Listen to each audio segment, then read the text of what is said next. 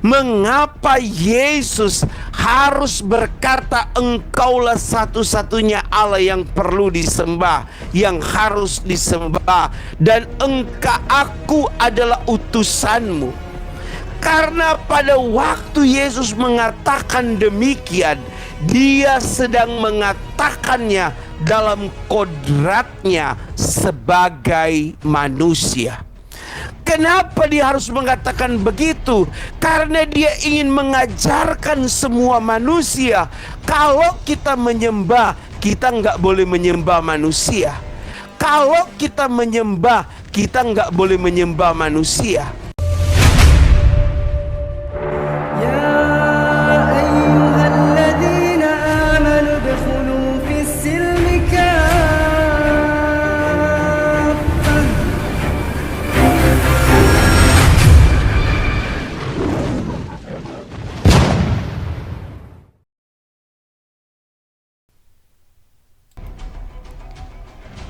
Assalamualaikum warahmatullahi wabarakatuh. Teman-teman, jumpa kembali di Al Ayyubi Channel. Pendeta ini terpeleset lidah, teman-teman. Pada saat audiennya, pada saat penontonnya meminta agar supaya pendeta ini membacakan Yohanes pasal 17 nomor 3. Inilah hidup yang kekal itu, yaitu bahwa mereka mengenal Engkau satu-satunya Allah yang benar dan mengenal Yesus Kristus yang telah Engkau utus.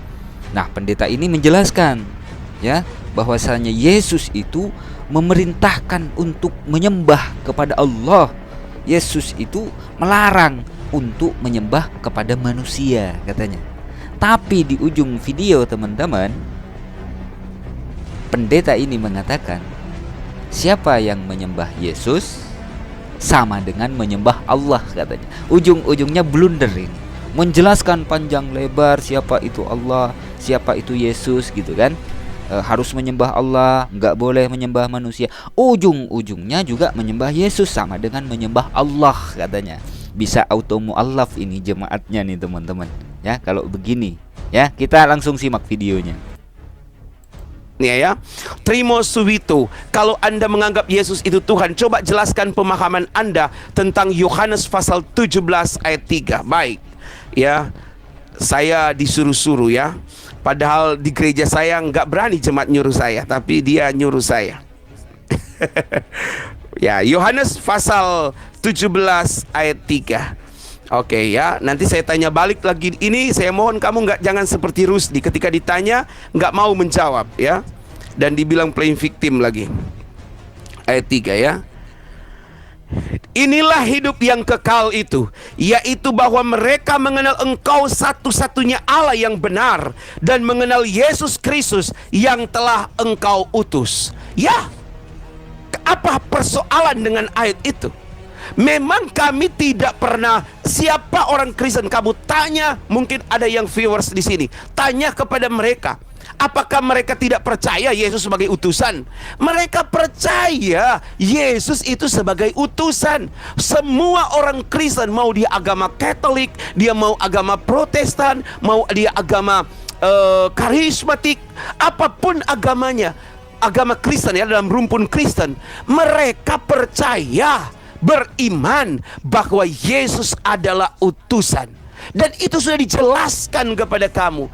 Kenapa Yesus harus mengatakan itu? Itu yang saya ingin bagikan kepada Anda. Walaupun ini udah sekian puluh ratus kali saya katakan, tapi saya katakan kembali kepadamu. Mengapa Yesus harus berkata engkaulah satu-satunya Allah yang perlu disembah, yang harus disembah, dan aku adalah utusanmu? Karena pada waktu Yesus mengatakan demikian, dia sedang mengatakannya dalam kodratnya sebagai manusia. Kenapa dia harus mengatakan begitu? Karena dia ingin mengajarkan semua manusia, kalau kita menyembah, kita nggak boleh menyembah manusia. Karena Yesus Jedar. Karena Yesus ingin mengajarkan kalau kita menyembah, kita nggak boleh menyembah manusia. Duar. Yesus manusia bukan? Yesus manusia. Yesus anak Maria bukan?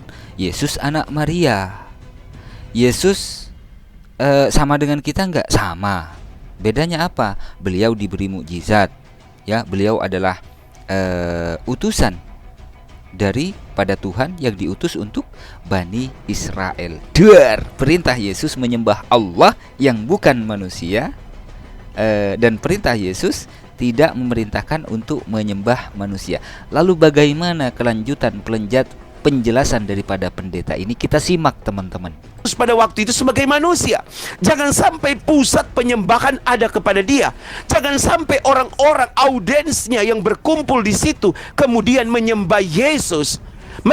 Yesus harus memberi teladan agar supaya penyembahan mereka itu hanya kepada Allah saja satu-satunya. Beda kan dengan nabi-nabi setelah Yesus? Beda.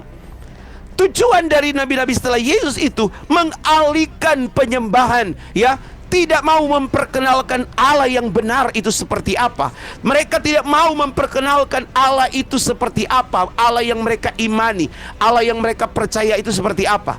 Sehingga secara otomatis dengan mengatakan bahwa aku adalah utusan Allah, aku adalah orang yang dipercaya Allah, menerima perintah Allah, maka secara tidak langsung penyembahan itu akhirnya beralih kepada manusia, bukan lagi kepada Allah. Kenapa? Karena tentang Allah itu telah ditutup, dikunci. Nggak boleh kita bercerita tentang Allah. Kita nggak boleh menuntut Allah itu seperti apa, wajah Allah itu seperti apa. Jadi akhirnya secara otomatis penyembahannya itu kepada manusia, ya.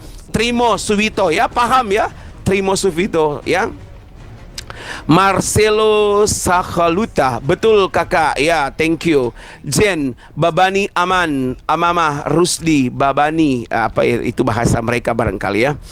Dari tadi sudah dijawab, tapi emang gak bisa masuk ke otakmu, Mang. Lu, mana jawaban kamu? Kamu jawab mana? Mana jawaban kamu, ya?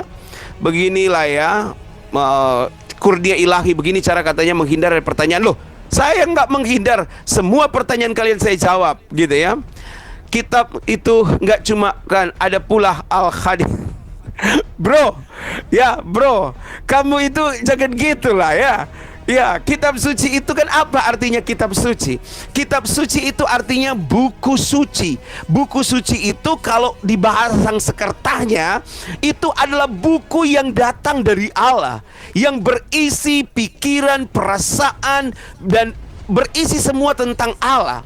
Sementara di luar buku suci, di luar kitab suci gitu, ya, itu adalah karangan manusia. Kenapa kamu menuduh-nuduh? Pantas saja lah, ya, Rusdi, ya, terbongkar lah, ya, mulai terbongkar. Hati-hati loh, nanti tak bongkar semua itu nanti, ya. Mulai terbongkar kalian menuduh-nuduh kami, Alkitab kami karangan manusia. Ternyata kalian juga merujuk kepada karangan manusia, kan? Mulai berbicara di luar imannya, ya kan?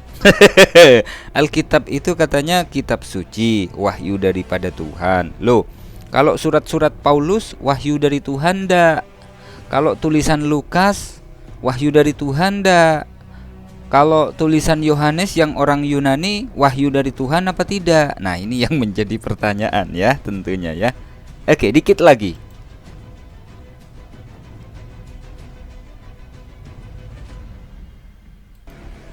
Nah, ini di detik-detik ini yang menarik, teman-teman.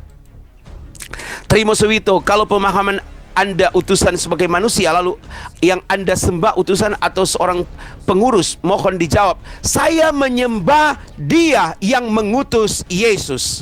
Saya menyembah Dia yang mengutus Yesus. Trimo Suwito, ya. Saya tidak menyembah utusan, saya menyembah Dia yang mengutus Yesus. Tapi sayangnya Yesus yang adalah kalimatullah itu, pada waktu Dia di dunia, Dia sebagai manusia.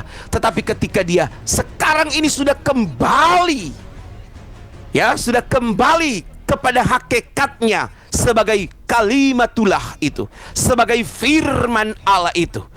Jadi kalau kita menyembah Allah, artinya kita juga menyembah Yesus.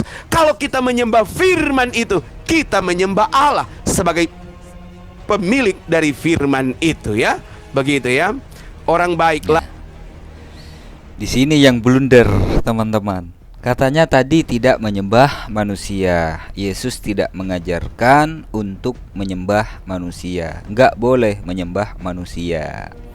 Saya tidak menyembah utusan. Saya menyembah Allah yang mengutus Yesus. Setelah Yesus terangkat yang konon katanya ke surga, dia kembali menjadi firman katanya. Pendeta ini lupa. Markus pasal 14 nomor 62, Ibrani 10 nomor 12, Kisah Para Rasul pasal 7 nomor 55. Anak manusia duduk di sebelah kanan yang maha kuasa. Dia duduk selama-lamanya di sebelah kanan yang maha kuasa. Yesus berdiri di sebelah kanan yang maha kuasa. Dia sebagai anak manusia. Loh, katanya nggak boleh nyembah manusia. Lah kok nyembah Yesus? Katanya tidak boleh menyembah utusan. Loh, lah kok malah menyembah utusan?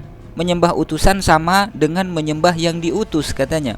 Padahal kata Yesus tadi di awal, pendeta ini menyebutkan bahwa inilah hidup yang kekal itu, yaitu bahwa mereka mengenal Engkau satu-satunya Allah yang benar dan mengenal Yesus Kristus yang telah Engkau utus. Katanya pendeta menyembah Allah yang bukan manusia yang mengutus Yesus. Lah, ujung-ujungnya juga menyembah firman, menyembah sifat, menyembah manusia Yesus. Katanya sama dengan menyembah Allah. Ini justru bertentangan dengan perkataan daripada pendeta ini yang di awal tadi.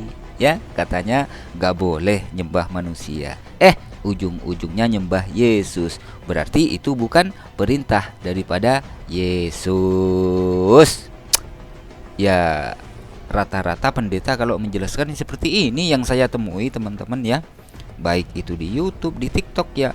Untuk menjelaskan siapa yang mengutus dan siapa yang diutus itu kesulitan memang. Mereka kesulitan di masalah ini. Terima kasih teman-teman. Mohon maaf jika ada silap kata. Wassalamualaikum warahmatullahi wabarakatuh.